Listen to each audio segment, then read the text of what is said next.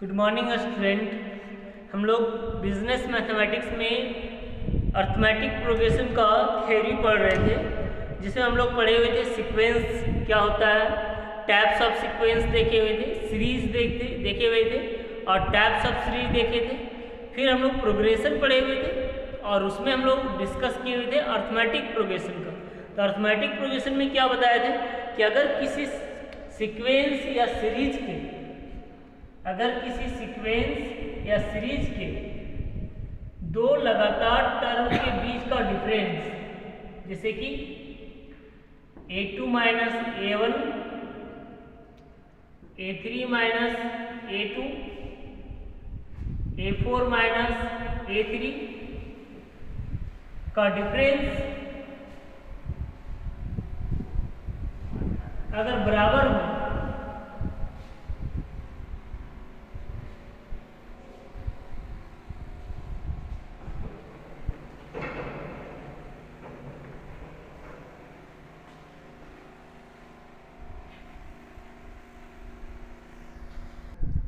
a2 minus a1 बराबर a3 minus a2 बराबर a4 minus a3 dot dot an minus 1 सभी लोग अगर d के बराबर हो, मतलब सभी का डिफरेंस अगर बराबर हो, then sequence an is said to be arithmetic progression. तो हम लोग उसको कहेंगे अर्थमेटिक प्रोग्रेशन। अब हेडिंग लिखते हैं nth term of arithmetic progression, AP का nth टर्म, जिसे भी लोग डिफरेंस में क्या लिख रहे थे, डी। यहाँ लिख सकते since a2 minus a1 this is equal to d, this implies a2 बराबर a1 plus d, since a3 minus a2 this is equal to d, this implies a3 बराबर a2 प्लस डी, और a2 plus D को लिख सकते हैं a1 plus 2d। a2 के position पे a1 plus d और d ऐड होगा तो a1 प्लस 2d। फिर a4 minus a3 this is equal to d, this implies a4 बराबर a3 प्लस डी, और a3 का वैल्यू लिख सकते हैं a1 plus 2d plus D, मतलब इसका रिजल्ट बनेगा a1 plus 3d। Similarly a5 minus a4 this is equal to d. ये सभी का डिफरेंस d क्यों लिख रहे हैं, क्योंकि ये किस में है, AP में। ये सभी टर्म्स का सीक्वेंस का जो भी टर्म्स है वो सब किस में है, AP में, इसलिए सभी का डिफरेंस बराबर होगा और सभी के डिफरेंस का वैल्यू कितना लिख रहे हैं, d। a5 minus a4 this is equal to d, this implies a5 बराबर a4 plus D, and a4 का वैल्यू लिख सकते हैं a1 plus 3d plus D, मतलब a1 प्लस 4d। तो अब हम लोग कॉमन क्या देख रहे हैं, कॉमन देख रहे हैं कि अगर सेकेंड टर्म का बात करते हैं तो सेकेंड टर्म का बात करते हैं तो क्या मिलता है, a1 प्लस 1d। क्या मिलता है, a1 प्लस 1d। अगर हम लोग थर्ड टर्म का बात करते हैं तो थर्ड टर्म का रिजल्ट, फाइनल रिजल्ट क्या मिलता है, a1 प्लस 2d।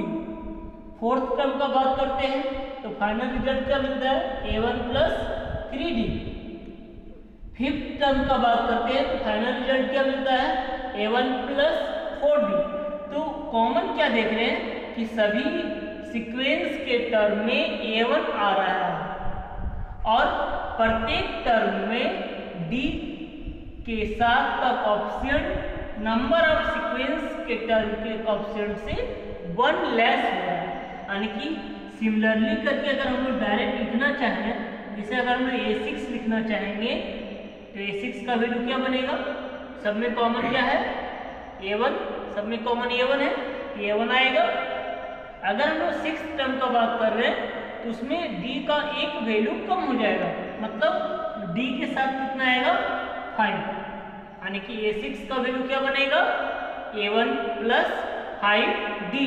वही अगर हम लोग a8 का बात करते हैं तो a8 का बाद लिखाएगा a1 प्लस 8वां टर्म का बात कर रहे हैं तो डी के साथ कितना आएगा, एक 1 कम, इसका मतलब 7d, A8 का value A1 plus 7d।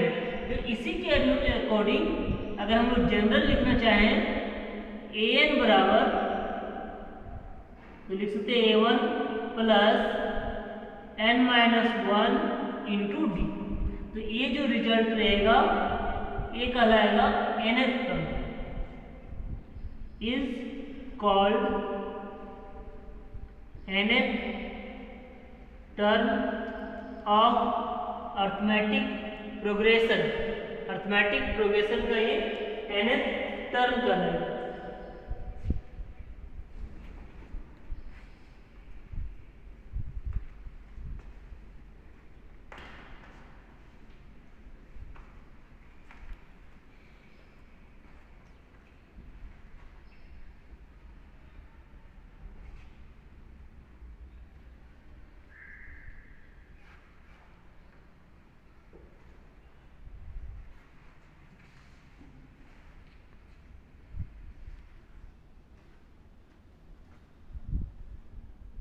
Arithmetic progression का ये nth टर्म का।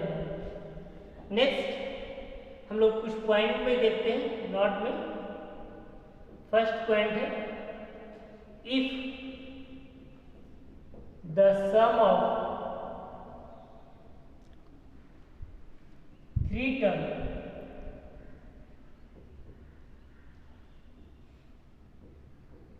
Of AP is given, then terms are A minus B, A और A plus B।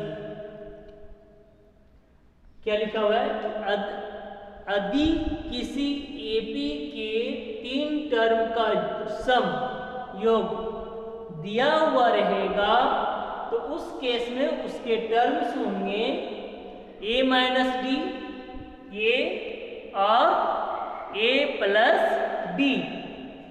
और अगर सम नहीं दिया रहेगा तो उस केस में टर्म होगा a प्लस डी और a प्लस 2d। इसी में लिख सकते हैं, if sum of 3 terms of AP is not given, अगर नहीं दिया रहेगा 3 term of AP, sum of 3 term of AP are not given, is not given, then terms या उस केस में टर्म बनेंगे a प्लस डी और a plus 2d। Second point में लिखेंगे कि if the sum of 4 term of AP is given, अगर AP के 4 टर्म का सम दिया हुआ रहेगा, देन टर्म्स यार a minus 3d, a minus b, a plus d और a प्लस 3d।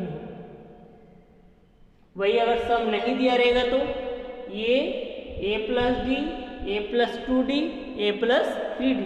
ये स्पेशल टर्म कब लिए जाएंगे, जब 4 टर्म का सम किसी AP का दिया हुआ रहेगा तो उन चारों टर्म का वैल्यू बनेगा, फर्स्ट टर्म का वैल्यू बनेगा a minus 3d, second term का वैल्यू बनेगा a minus d, third term का वैल्यू बनेगा a प्लस डी और फोर्थ टर्म का वैल्यू बनेगा a plus 3d।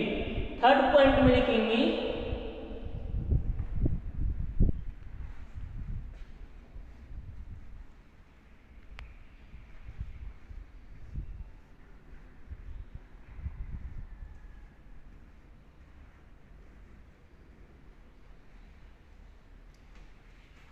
Third point में लिखेंगे if the sum of 5 terms of AP is given, अगर किसी AP के 5 टर्म का सम दिया हुआ रहेगा, देन टर्म्स यार a minus 2d, a minus d, a plus d और a plus 2d हो। अगर किसी AP के 5 टर्म का सम दिया हुआ रहेगा तो वो पांचों टर्म कहलाएंगे a minus 2d, a minus d, a plus d और a plus 2d। अब हम लोग इसके एक्सरसाइज देखते हैं। यहाँ तक जो पॉइंट्स हम लोग और थ्योरी पढ़े हैं वो एक्सरसाइज 1A कर सकते हैं। इतने थ्योरी से हम लोग एक्सरसाइज 1A कर सकते हैं। क्या लिख सकते हैं? Exercise 1A।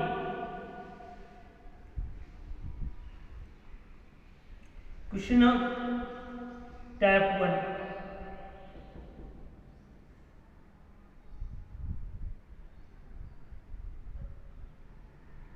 क्वेश्चन नंबर 1 लिखा हुआ right the sequence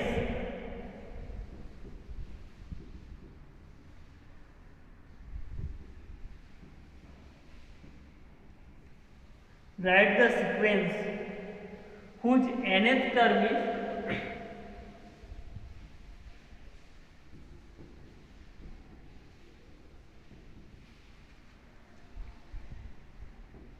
n by n plus 1। Question में कह रहा है कि सीक्वेंस का nth टर्म दिया हुआ है, सीक्वेंस का nth टर्म दिया हुआ है, सीक्वेंस लिखना है। तो जब nth टर्म दिया हुआ है इसका मतलब tn का वैल्यू दिया हुआ है, तो tn बराबर क्या लिख सकते हैं? n by n plus 1। अब अगर हम लोग को सीक्वेंस का टर्म निकालना है तो n के वैल्यू को कंटिन्यूसली रिप्लेस करेंगे 1 2 3 4 5 6 7 से। तो यहाँ लिखते हैं इफ n इक्वल टू 1, अगर n का वैल्यू 1 होता है तो फर्स्ट टर्म का वैल्यू बनेगा 1 by 1 plus 1 मतलब 1 by 2। अगर n का वैल्यू 2 रिप्लेस करते हैं तो सेकेंड टर्म का वैल्यू बनेगा 2 by 2 plus 1 यानी कि 2 by 3। अगर n का वैल्यू थर्ड 3 रिप्लेस करते हैं तो थर्ड टर्म का वैल्यू बनेगा 3 by 3 plus 1 यानी कि 3 by 4। अगर n का वैल्यू 4 रिप्लेस करते हैं तो फोर्थ टर्म का वैल्यू बनेगा 4 by 4 plus 1 and this is equal to 4 by 5। तो देयरफॉर हम लोग लिख सकते हैं sequence is 1 by 2, 2 by 3, 3 by 4, 4 by 5 and dot dot.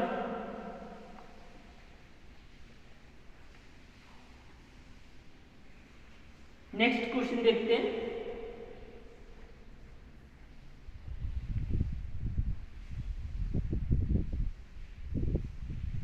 Question 3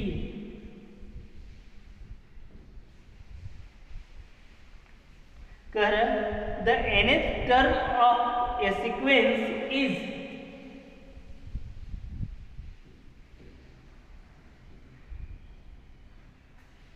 the nth term of A sequence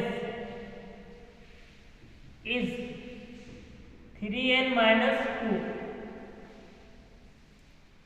question में लिखा हुआ is the sequence NAP, is the sequence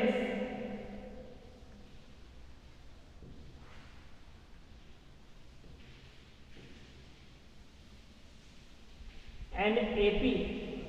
question पूछा जा रहा है क्या ये सीक्वेंस एपी में होगा? If so find its 10th term.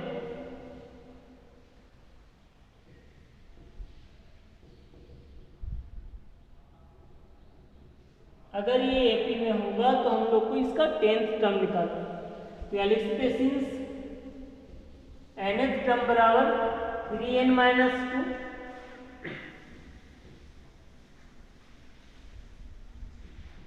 If n equal to 1 तो फर्स्ट टर्म का वैल्यू होगा 3 into 1 minus 2 and this is equal to 1। अगर n इक्वल टू 2 रखेंगे तो सेकेंड टर्म का वैल्यू बनेगा 3 into 2 minus 2 and this is equal to 4। अगर n का वैल्यू 3 रखेंगे तो थर्ड टर्म का वैल्यू बनेगा 3 into 3 minus 2 and this is equal to 7। तो ये कह सकते हैं कि जो सीक्वेंस बन रहा है हम लोग का वो बन रहा है 1 4 7 डॉट। तो हम लोग क्या देख रहे हैं कि T2 minus T1 T2 we see that T2 minus T1 this is equal to 3, T3 minus T2 this is equal to also 3। यानी कि दो लगातार टर्म के बीच का जो डिफरेंस है वो बराबर है। So we say that sequence Tn are in AP। Now we have to find 10th term. तो यहाँ लिख सकते हैं सिंस Tn बराबर T1 plus n minus 1 into d. ये हम लोग nth टर्म का फॉर्मूला देखे हुए थे। nth टर्म का फॉर्मूला हम लोग एक्सप्लेन किए थे an में a1 plus n minus 1 into D.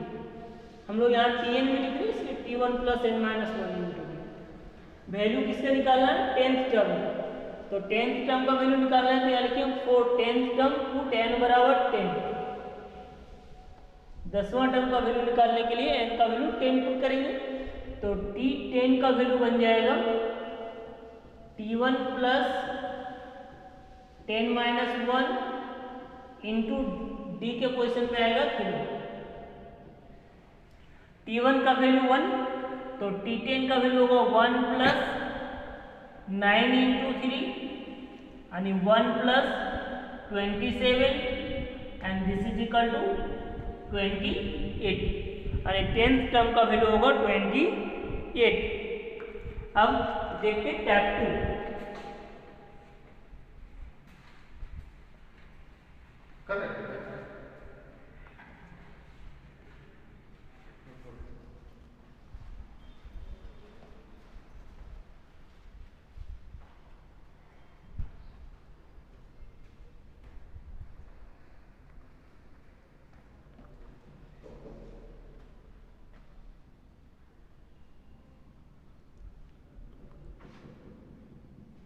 Tap 2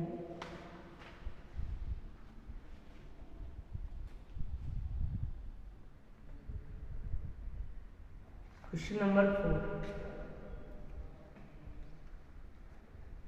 find the 10th term of the sequence.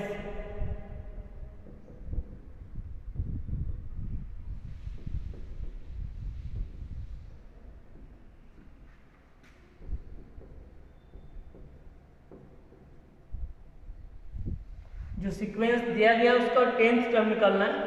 Sequence दिया हुआ है 10 5 0 माइनस 5 माइनस 2 डॉट।